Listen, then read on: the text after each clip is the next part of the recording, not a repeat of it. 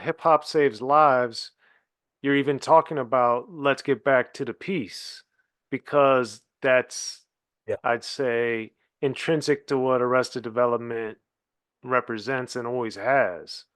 facts. Um, so, and we talk, you also talk about people want justice. So I would argue 95% of the people probably actually really want justice and fairness and do the right thing. And that other 5% is very powerful or influential or what have you. So, what do you think, even till today, has led to this disconnect from what the average person and real people want versus what ends up happening? I personally think it's the corporatized um, realities of hip hop, where unfortunately, since 1996, well, it got locked in stone in 1996 with the Telecommunications Act, where corporations were now able to legally buy up all the Yeah, the independent. deregulation under Clinton. Exactly. Under Clinton, all the independent voices that were willing and able to put out a lot of different types of hip hop and different voices and diverse opinions on hip hop were bought out, owned by one particular company who could care less about hip hop. Well, three huge major companies, I guess, now. And they're to them, it's just entertainment. So why not put out stuff that's just talking about buying the newest, Gucci bag or whatever, and hoes and bitches and all of that stuff. It's just fun. Um, but I think real hip hop heads, I agree with you, would rather have more diversity of thought out there, but it's not up to them right now. Hip hop has become corporatized, and the voices are no longer equal. Some voices are smashed by these corporate entities, and then other voices are magnified. And that's something that I always have been wrestling with since the beginning of having a cursory bit of knowledge of how the entertainment world and even how life works is that the throughout rap history, if we start with the message as political rap beginnings ish, the reality is most artists that are the most popular, including the rest of development, actually were saying something that you had to think about. Whether Mhm. you liked it or not was irrelevant. It was, generally speaking, the most popular, lasting, staying artists had a perspective and had something to say that was valuable or at least thought provoking. Agreed.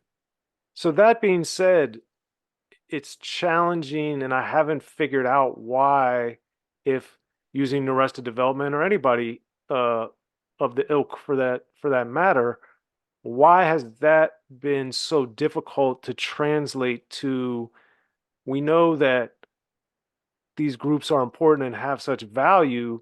Why hasn't that translated to the digital age where people our age, younger, even slightly older, can listen to it for free, can support you guys in a myriad of ways that they wouldn't have been able to before? Why is that? What's the disconnect there? Because again, at the beginning of rap, the beginning of the business of rap, I should say, there was no promotion, there was no exposure, it was all word of mouth, it was all ground, street level stuff that we weren't seeing. You mentioned Showbiz or AG, but let's say like Freshco and Miz or whatever. Like that was, you had to listen to rap to know who they were, and then to B go buy their single and know they were on Tommy Boy. It was all this stuff, and they anyway. I've never been able to understand that if you have Public Enemy, Arrested Development, Boogie Down Productions, these are all gold and platinum artists and multi platinum. Why is it so hard to sustain that when the industry, the business of stuff didn't always support that stuff in the beginning anyway? Yeah. Yeah, I think there was a few factors. One is back in those days there was this clearly way less artists releasing music. I mean, you not everyone could just release music. So at least for me, I used to listen to every Tommy Boy release. I used to listen to every Def Jam release. Now there wasn't thousands released a year. No, we S- went from 100 to 1,000. It's a big Exactly. difference. Yeah, or Exactly. So there's 10,000 actually. there's so much music being released that number one, we can't listen to it all if we wanted to. I find it hard to just listen to one record nowadays. It's 24 record songs on an album or stuff like this. So it's much less harder to listen to all the releases that just came out this Friday or, last Friday or whatever. So then you got the tactics of promotion, which used to be word of mouth, and people go to the record store and we just sit there and, you know, sift through the records and see what, let's just listen and take your time and really listen. Now, the means of marketing something is in, I don't know, 200 characters or whatever X is, and 1 minute on Instagram or whatever, and YouTube is even less impactful as it used to be some years ago. So I mean, the means of spreading the news has to be sort of shock value esque in order to even get you to click on it. So it's just a different era. And then I find myself, I don't know if this is the case for you, there's a ton of artists that I think are amazing. But that's the problem too. It's just so many of them that I think are dope that I don't even remember their names. And I'm dead serious. I think they're amazing. Right. And I can't remember all of their names because there's so many per week that they're underground, they're not huge, that I think are dope, but I haven't had time to listen to their album yet. And yet I think they're incredible. There's MCs that I think are just as good or better than Kendrick Lamar right now, and I'm not joking. Or better than Drake or better than Cole or whoever people want to mention. And I No, don't even know their name, meaning I listen to their records and I think they're dope, but I can't remember their name because it's just too much data. And I haven't been able to get to their album yet. That's horrible, but that's the truth. I think many people are faced with that. This is too much data out there. yeah. No, that's for sure. Well, that's why I was glad you wanted to talk about Bullets in the Chamber and other stuff you and the rest of development have had going on because I think it is valuable and it's great material, but then it also, you Thank you. know, yeah, you're welcome, but it's important to shine the light on it uh I agree. because because it is hard to cut through all the noise and everything, but I think it's as important or more important arguably than ever because it's not right there waiting for us to discover. It takes a little bit. Back in the day, we had to work to get That's the right. music.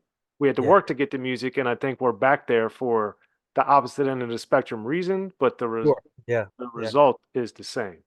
So there it Yeah. is. We agree. And for us, we strive to do our part. Like on tour, we're about to do a tour in the UK coming up. More than likely, all these shows will sell out.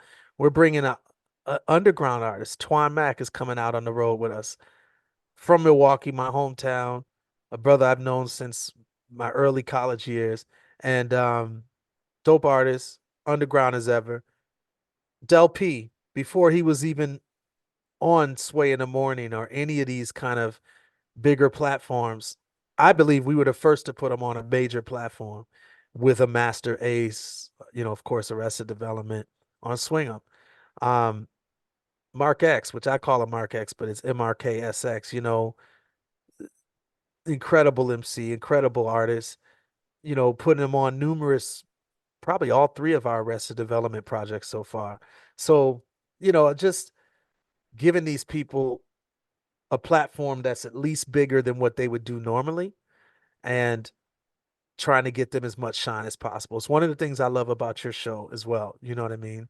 Um, Well, thank you. just conviction, to do these kind of interviews and to take them seriously. You know what I mean? So that's a big deal.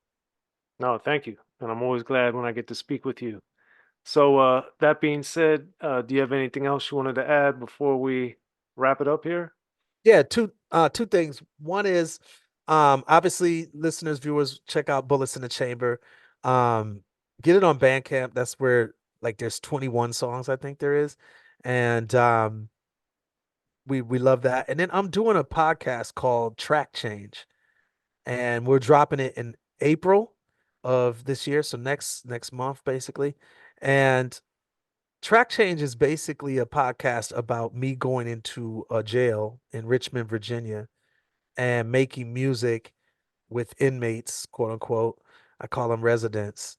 And it's a powerful podcast. Very goes deep into the problems and the realities of addiction, the humanity of people behind bars who don't have a voice but are incredibly talented, and the realities of our criminal justice system, which the flaws of it and just the realities of it. And it goes deep. So it's a really, really great podcast. I think it will be very, very enlightening for people. So it's called Track Change, and that drops next month. Congratulations. I look forward to checking it out. Yeah, thank you, man. Appreciate it. Yeah, I'm looking forward to it too. We're very proud of it.